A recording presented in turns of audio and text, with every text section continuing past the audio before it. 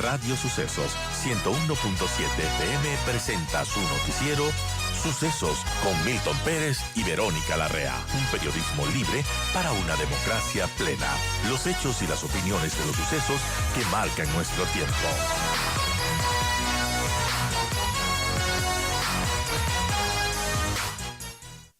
Hablando de justicia, ayer se hizo justicia, para muchos sí, cuando el Consejo de la Judicatura decidió finalmente declarar nulo el proceso de elección de nuevos jueces de la Corte Nacional de Justicia. La doctora Yolanda Yupangui, vocal del Consejo de la Judicatura, está con nosotros. Doctora, gracias por acompañarnos. Buenos días. La primera pregunta es esta, justamente, ¿se hizo justicia?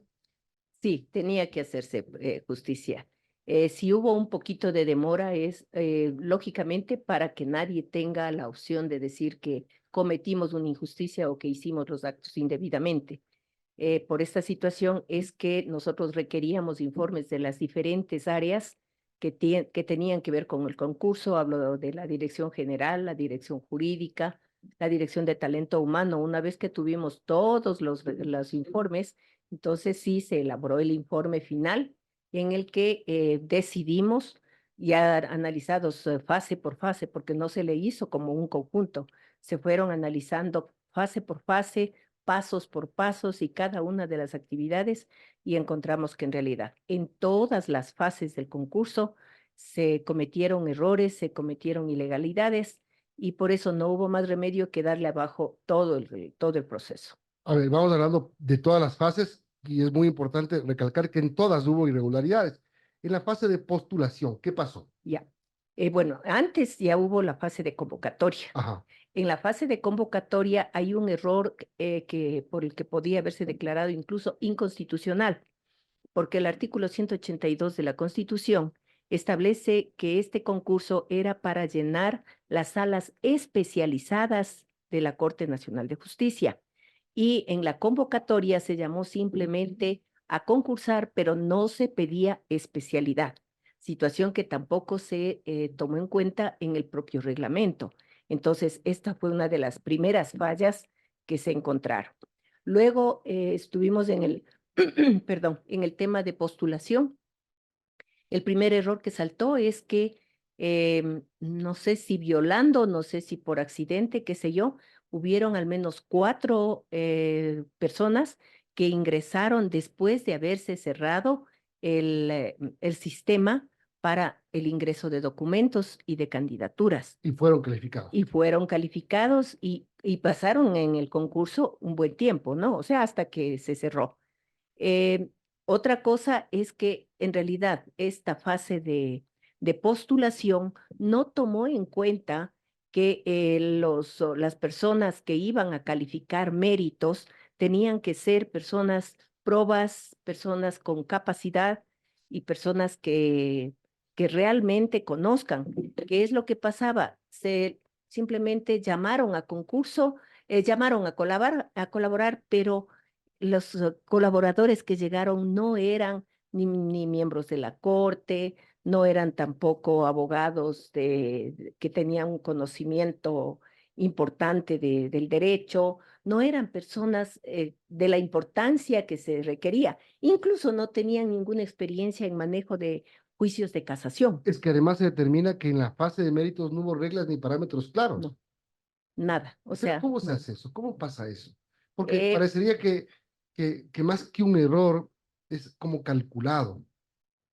a Y ese este es un punto, término subjetivo que estoy utilizando, no quiero que sí. lo califique usted, pero por lo menos sospechoso es. Sí, al menos de sospechoso, porque en realidad sí debió haberse dado reglas claras. El mismo tema de la especialidad ya es un problema. ¿Por qué? Porque se quiso que entre todo el que era y el que no era y acomodar las salas a como se pueda o a como se quiera. Entonces, sí hay cosas que pensar. Lastimosamente, una persona de derecho como soy yo, no puedo adelantar criterio de ninguna manera.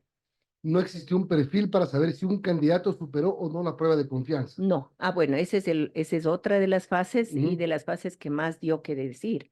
No solamente que no hubo el perfil, sino que no hubo las condiciones.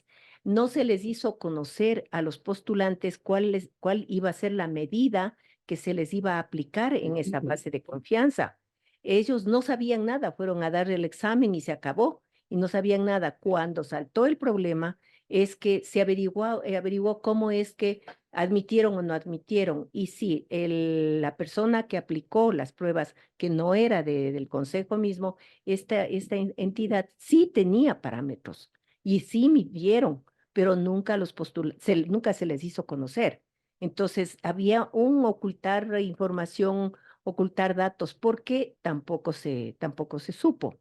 Es este desequilibrio. Y además, y lo que fue el remate, es que simplemente cuando vieron que iba a haber algún problema, no sabemos todavía cuál es el problema exactamente. Ellos dijeron que habían quedado algunos sin dar la prueba de confianza, que habían habido problemas especialmente con el sistema informático.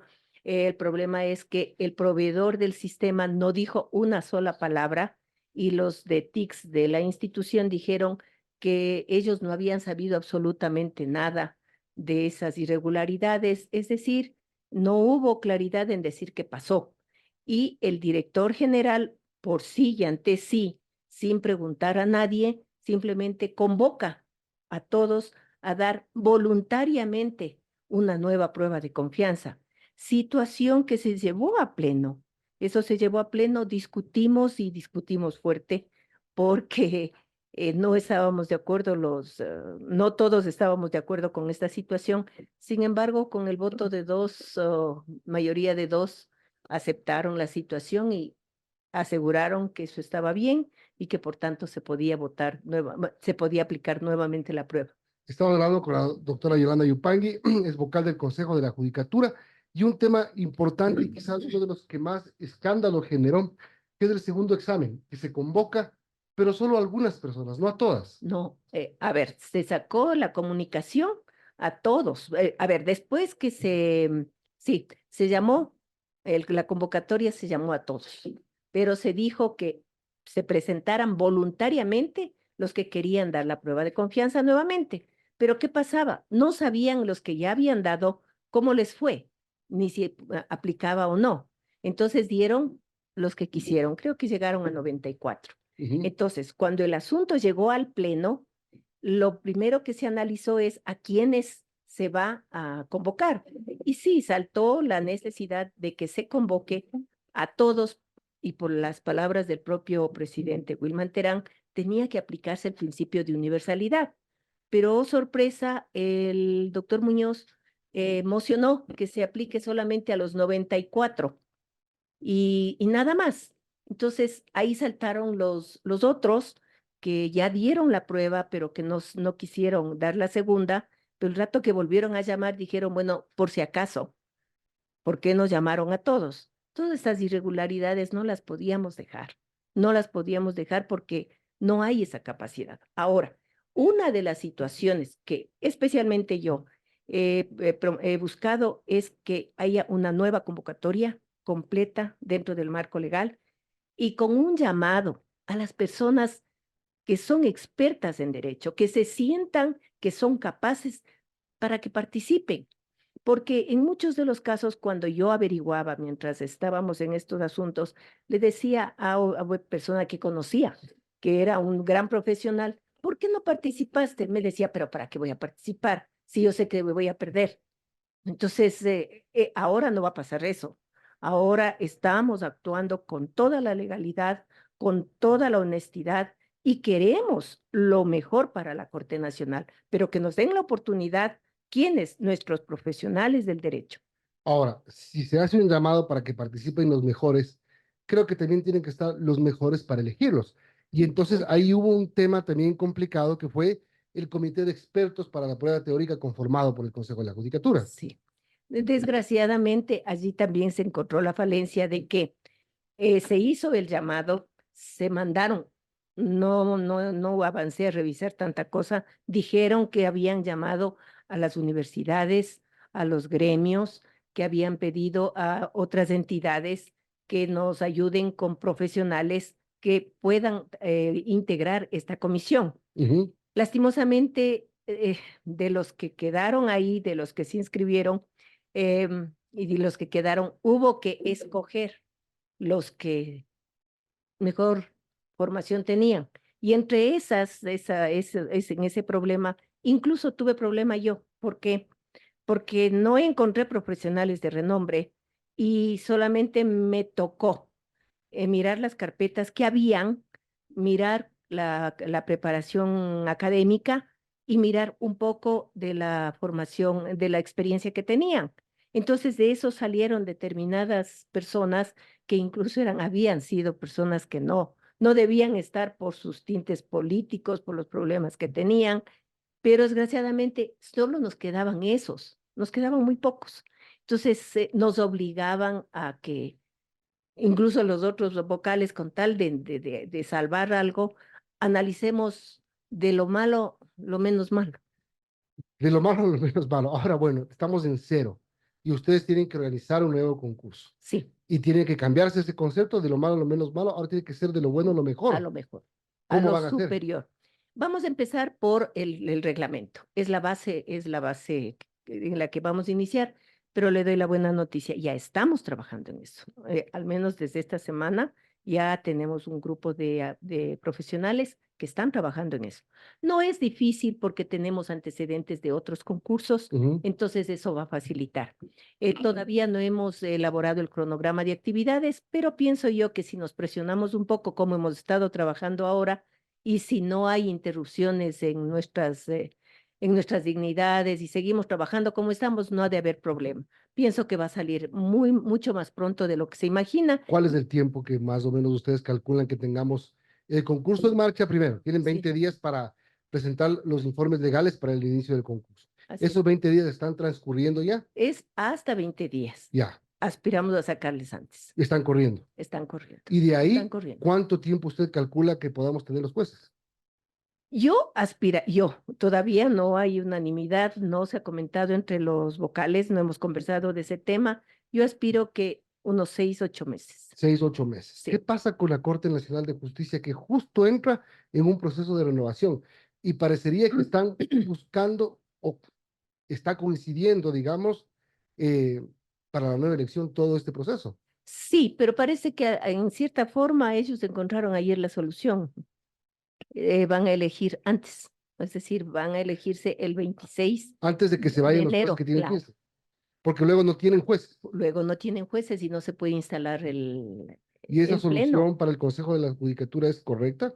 Nosotros no calificamos eso porque nosotros como órgano simplemente de administración, nosotros elegimos a los jueces de la Corte, informamos quiénes son, pero ya la organización y la administración prácticamente de ellos, de los jueces de la Corte, es ya de ellos íntegramente. ¿Usted estuvo de acuerdo en que esta prórroga que se había decidido también para algunos jueces quede insubsistente? Claro, la ciudadanía habrá visto que fue un voto unánime también.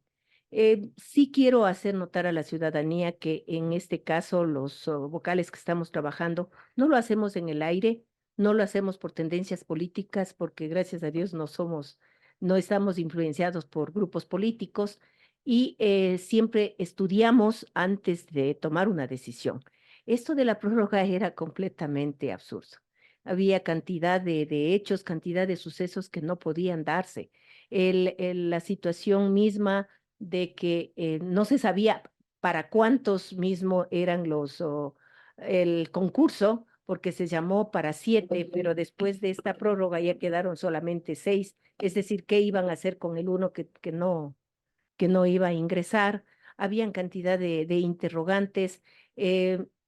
¿Cómo así las personas que fueron a dar el examen para 3 y 6 años con el fin de nivelar los procesos, que ellos lo que querían era eso, pero en esa forma misma ya violaron la Constitución, porque la Constitución es clarísima. Dice que el concurso es para jueces por 9 años, pero no para llenar vacantes, no era para llenar vacantes, es simplemente para la reestructuración, que es cada 3 años. Por tanto, ¿de dónde se sacaron que iban a llenar vacantes? No, no era para llenar vacantes. Entonces, todas esas irregularidades se tomaron en cuenta y sí, hubo que dar de baja esa prórroga. 8:39, estamos conversando con Yolanda Yupangui, ella es vocal del Consejo de la Judicatura. Quiero terminar con este tema polémico ¿cómo es posible que un vocal que está preso quiera sesionar? Y diciendo que como está de vacaciones no se puede.